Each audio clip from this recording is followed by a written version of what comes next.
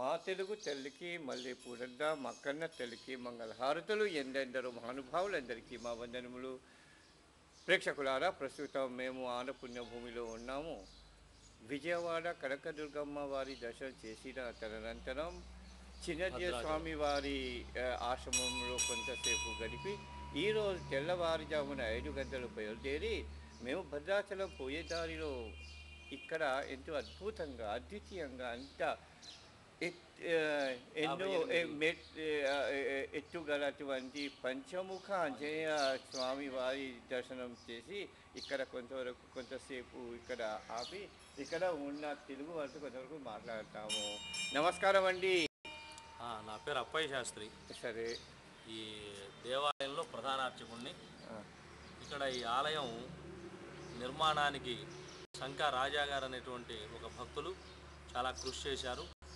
ఈ స్థలాన్ని ఇచ్చినటువంటి దాతలు చిత్తలూరు నాగేశ్వరరావు గారు, చిత్తలూరు వెంకటేశ్వరరావు అనేటువంటి సోదరులు ఇరువురు కూడా ఇక్కడ అయ్యప్ప స్వామి వారి ఆలయాన్ని నిర్మాణం చేయటం కోసం స్థలాన్ని మాకు ఇవ్వడం జరిగింది.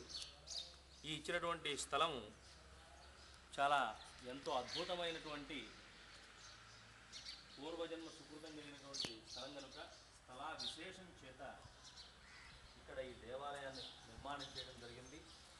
ఇలా నిర్మాణం కావించి 11 సంవత్సరాలు అయింది. ఈ దేవాలయం నిర్మాణం జరిగి 11 సంవత్సరాలు అయింది.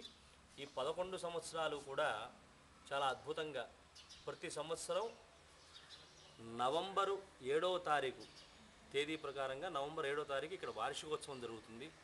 ఈ వార్షికోత్సవం రోజునంటే 8వ వార్షికోత్సవంలో స్వామివారికి అభిషేకం చేస్తూ ఉంటే పంచముఖ ఆంజనేయ స్వామివారి ఆలయం మనం కడితే ఎలా ఉంటుందనేటువంటి ఒక ఆలోచన కలిగింది. నాకు వచ్చిందే తడవుగా మా కమిటీ సభ్యులకు చెప్పడం జరిగింది. అందులో ముఖ్యంగా ప్రెసిడెంట్ అయినటువంటి శంకా రాజారావు గారు అనేటువంటి ఆయనకి చెప్పడంతో ఆయన మాకు ఎప్పుడూ కూడా పరిపూర్ణంగా కృషి చేసేటువంటి వారు, పరిపూర్ణంగా సహకరించేటువంటి వారు. ఎప్పుడైతే నేను చెప్పానో అది ఎంత ధనం ఖర్చు అవుతుందనేటువంటి ఆలోచన కూడా లేకుండా సరే చేద్దామని చెప్పేసి ఆయన ఆనందించడం జరిగింది. ఎప్పుడైతే ఆయన ఒప్పుకున్నారో ఈ ఆలయాన్ని నిర్మాణం చేద్దామని చెప్పేసి సంకల్పం చేశాం.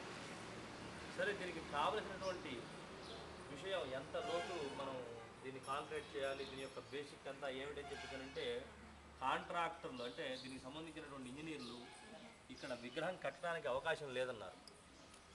ఆయన కొంచెం నిరుత్సాహపడ్డారు. స్వామి, మనం ఎందుకంటే ఈ భూమి మంచిది కాదు, ఈ భూమి అంతా కూడా చాలా మెత్తగా ఉండేటువంటి భూమి, అంత విగ్రహాన్ని నిర్మాణం చేయాలంటే అది సాధ్యం అవ్వదని చెప్పేసి వారు అనటం జరిగింది. అన్న తర్వాత నేను ఒకటే అనుకున్నాను, స్వామి మరి నీకు అభిషేకం చేస్తుండగా నాకు ఈ ఆలోచన వచ్చింది, మరి ఇది ఆపు చేస్తావా అని చెప్పేసి అనుకుంటూ ఆయనతో నేను అన్నాను, స్వామి మనం మొదలు పెడదాం, ఎంతవరకు అయితే అంతవరకు అవుతుందని చెప్పేసి ప్రారంభం చేశాం. అలా ప్రారంభం చేస్తే కింద ఒక 12 అడుగులు వెళ్ళిన తర్వాత మొత్తం 35 అడుగులు లోతు వెళ్ళాలి లోపలికి. 12 అడుగులు వెళ్ళిన తర్వాత మేము తవ్వలేకపోయాం. పెద్ద బండ, మొత్తం కొండరాయి లోపల మందు ఉపయోగించి దాన్ని పగలగొట్టడం జరిగింది. అలా పగలగొట్టి 35 అడుగులు లోతుకి వెళ్ళడం జరిగింది. అంటే అది ఆంజనేయ స్వామి విగ్రహం నిర్మాణం జరిగేటువంటి స్థలం అనేటువంటి విషయం మాకు అప్పుడు అర్థమైంది. ఎందుకంటే కింద కాంక్రీట్ గట్టిగా ఉంటే అది మనం చేస్తే ఉండేటువంటి గట్టి కంటే కూడా స్వతసిద్ధంగా ఉన్నటువంటి గట్టితనం అనేటువంటిది చాలా విశేషం. ఆ స్థలంలో ఈ పంచముఖ ఆంజనేయ స్వామి వారి విగ్రహం నిర్మాణం చేయడం జరిగింది. అలా చేసేటువంటి దానికి ఎక్కడి నుంచో మనం శిల్పులను తీసుకొని రావడం జరిగి మా లోకంలో దాదాపు ఒక 400 మంది 300 మంది సుమారుగా శిల్పులు ఉన్నారు. అది కూడా వాళ్ళు ఎంతకాలం అయిందంటే ఒక 20 సంవత్సరాల లోపు వాళ్ళే లోకల్ వాళ్ళు. అందులో ఒక ఆయన నేను చేస్తానండి అని చెప్పేసి ఆదినారాయణ, రాయల ఆదినారాయణ అంటారు ఆ శిల్పి, ఆయన నేను చేస్తానండి చాలా చక్కగా చేద్దామని చెప్పేసి అంటం జరిగింది. దీనికి ప్లాన్ ఇచ్చినటువంటి వాళ్ళు వచ్చి పక్కబడి ఇంద్రగంటి చంద్రప్రకాశ్ శర్మ గారిని మా తమ్ముడు వాళ్ళ గురువు గారు, ఆయన ప్లాన్ అంటే ఆలోచన నాది, ప్లాన్ అంతా అయింది, నిర్మాణం చేసిందంతా కూడా శిల్పి రాయల ఆదినారాయణ, దానికి ధనమంతా కూడా వెచ్చించిందంతా కూడా భక్తుల నుంచి సేకరించినప్పటికీ కూడా దానికి కృషి చేసిందంతా కూడా శంకా రాజారావు గారు. ఇలా ఈ అద్భుతమైనటువంటి పంచముఖ ఆంజనేయ స్వామి వారి దేవాలయం ఈ విగ్రహం నిర్మాణం జరిగింది. ఆ గర్భాలయంలో ఉంచినటువంటి విగ్రహం మహాబలిపురం నుంచి తీసుకొచ్చాం. దాని కాస్ట్ వచ్చేసరికి 1,70,000 రూపాయలు విగ్రహం కాస్ట్. మరి ఈ విగ్రహం మరి మాకు తెలిసినంత వరకు కూడా ఎక్కడా మేము ఇప్పటివరకు చూడలేదు. ఎందుకంటే శాస్త్రాధారంగా చేసినటువంటి విగ్రహం ఇది. ఎందుకంటే అన్ని చోట్ల కూడా పంచముఖ ఆంజనేయ స్వామి అంటే ఇటు 2 ముఖాలు ఇటు 2 ముఖాలు సమానంగా ఉంటాయి మన ఫోటోల్లో కనుక చూపించినట్లుగా. అయితే ఇక్కడ ఏం చేశామంటే వందే వానర నారసింహ కగరాట్ కురోడాస్వ వక్రాంచితం నానాలంకరణం త్రిపంచనయనం దేదీప్యమానం రుచ హస్తాబ్జై అసి కేటక పుస్తక సుధాకుంభౌ అనేటువంటి ఆయుధాలు. ఆయన చేతులు 10 భుజాలు కలిగినటువంటి స్వామివారు, 10 భుజాలు కలిగినటువంటి వారు, పంచముఖాలు కలిగినటువంటి స్వామి.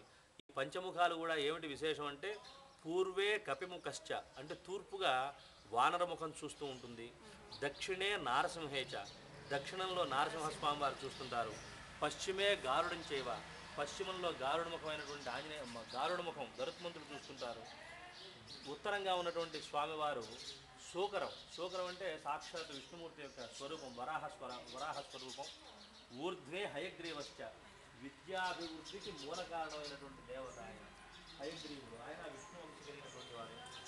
ఇలా చాలా విశేషములైనటువంటి అవతారం కలిగినటువంటి స్వామి, 10 భుజాలు కలిగి 15 నేత్రాలు, పంచదశ అంటే 15 నేత్రాలు కలిగినటువంటి స్వామి, అనేకములైనటువంటి ఆయుధాలు కలిగినటువంటి స్వామి.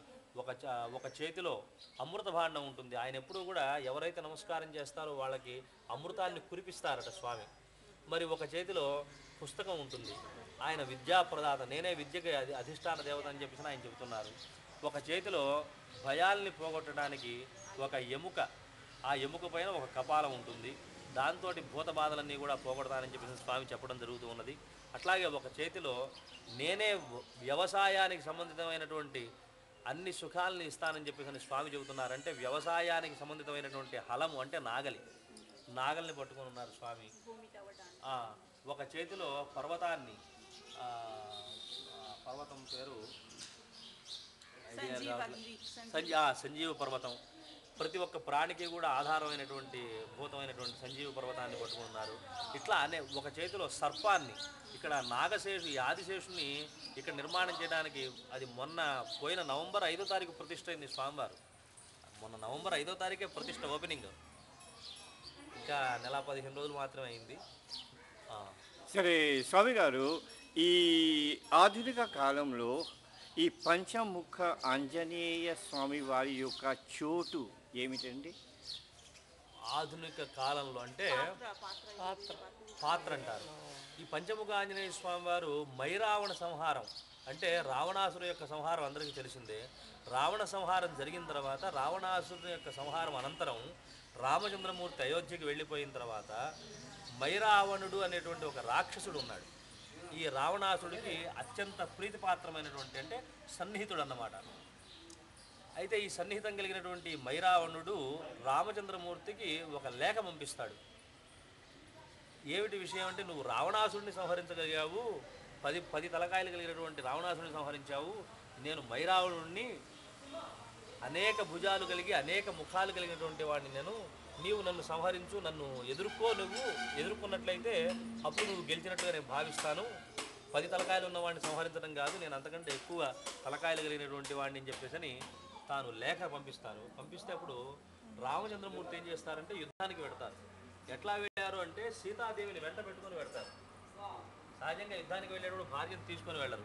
అయితే సీతాదేవికి ఒక కోరిక కలుగుతుంది, స్వామి మీరు రావణాసురుడిని సంహరించినప్పుడు నేను చూడలేకపోయాను, మరి మైరావణుడిని సంహరించేటప్పుడు నేను చూస్తాను అని చెప్పేసి అమ్మవారు చెప్పడం జరుగుతుంది. మూర్ఛపోయినప్పుడు ఆంజనేయ స్వామికి ఏం చేయాలో తెలియదు. రాముని యొక్క అంతం జరుగుతుందేమో అనేటువంటి ఒక భయం కలుగుతుంది. భయం కలిగినప్పుడు ఆంజనేయ స్వామి భీకరమైనటువంటి రూపాన్ని అంటే